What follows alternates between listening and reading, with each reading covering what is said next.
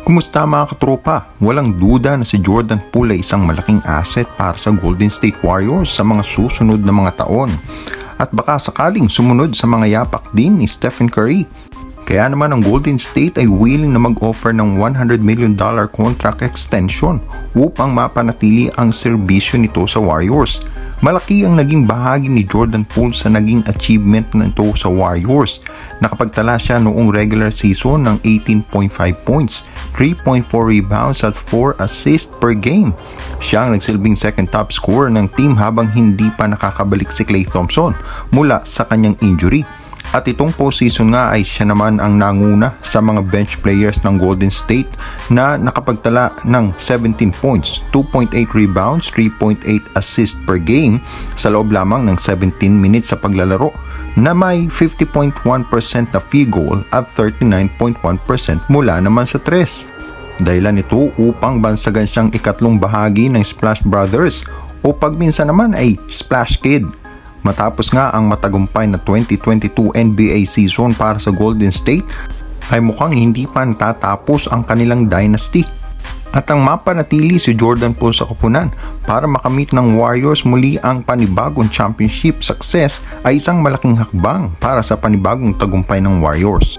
Samantala, Kyle Kuzma at Alex Caruso dismayado matapos mapanood ang Golden State Warriors Trophy Parade. Pero hindi ito dahil sa Golden State, kundi ito ay dahil sa hindi nila naranasan ang ganitong selebrasyon sa unang pagkakataon. Matatandaan ng LA Lakers ang tinanghal na NBA Finals champion noong 2020 na kung saan ay kabilang pa sina Kyle Kuzma at Alex Caruso at naging bahagi ng koponan para makamit ang kampyonato. Subalit noong mga panahon ding iyon ay kasagsagan ng COVID-19 sa Amerika. Kaya naman hindi pinapayagan ang ganong uri ng mga pagtitipon. Umasa sila na makakaranas pa sila ng ganong selebrasyon matapos na pangakuan ng Lakers organization na gagawin ng selebrasyon kapag safe na itong gawin.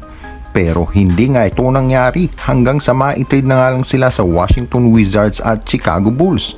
Ang Trophy Parade ay isa sa mga tradisyon ng mga nananalo sa NBA Finals.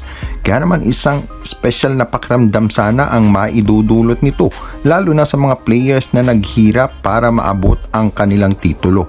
At patapos na makamit ang pinakaasam na NBA Finals MVP, Stephen Curry may kulang pa raw sa kanyang achievements at ito nga daw ay ang manalo ng gold medal sa Olympics kasama si Coach Steve Kerr.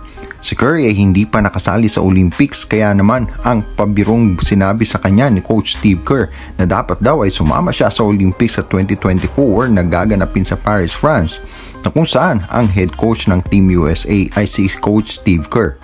Bagaman ito'y pabiro lamang mula kay Steph Curry, pero isang malaking bagay din na achievement ang matulungan ang sariling bansa para sa isang karangalan at mapanalunan ng gold medal. Para sa mga katropa natin dyan na bago pa lang sa ating channel, please don't forget to like and subscribe at mag-comment sa inyong mga masasabi. Maraming salamat po.